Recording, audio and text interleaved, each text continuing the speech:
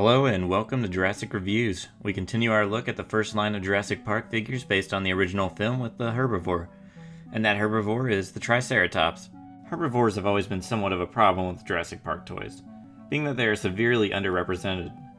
Kenner and Hasbro have always seemed to favor carnivore dinosaurs, something that always annoyed me as a kid.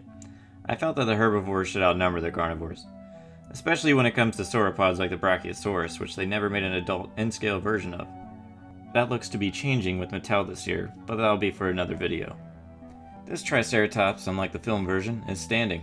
It stands 6 inches tall and is about 15 inches long. It's actually the largest dinosaur in this line after the T-Rex.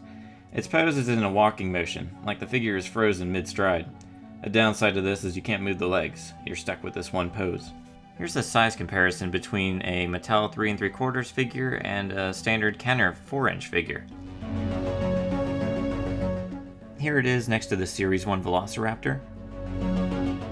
And here it is next to the Tyrannosaurus Rex from the Series 1 line. It sports a gray greenish paint job, with subtle dark stripes down its back. It's another figure that features the rubber skin as opposed to hard plastic. Everything except for the head and lower legs feature this real feel skin as they call it on the box. I always liked this in larger dinosaurs Kenner made, and I'm glad Mattel brought it back with their Mosasaurus in the Jurassic World Fallen Kingdom line. I hope they do a few more dinosaurs this way. The Triceratops, like the T-Rex, had 2 different releases with 2 different cards. Here's both of the cards. Left is the original, right is the re-release from 1994. You can tell the difference between the 2 releases by their boxes, shown here. Note the different window cutouts around the figure.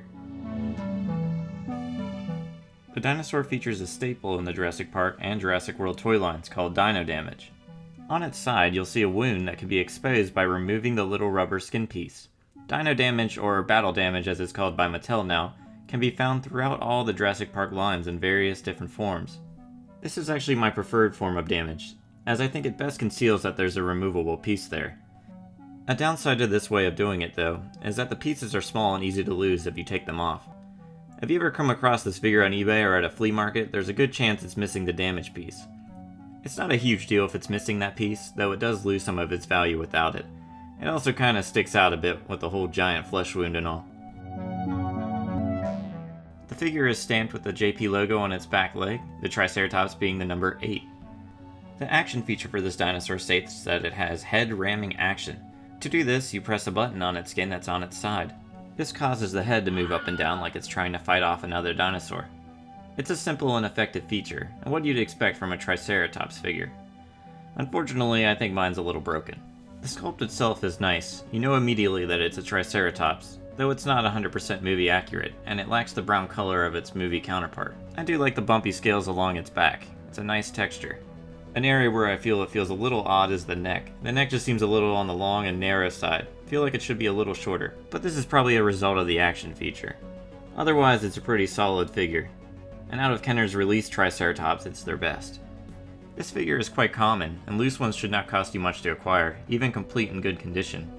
They usually can be found for around $20 to $30, and box ones are in the $100 to $150 range.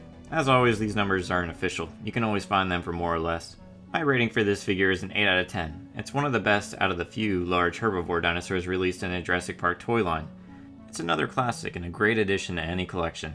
And that about wraps it up for the Triceratops. Thanks for watching. If you want to continue to watch me review these figures, be sure to subscribe. I'll see you next time.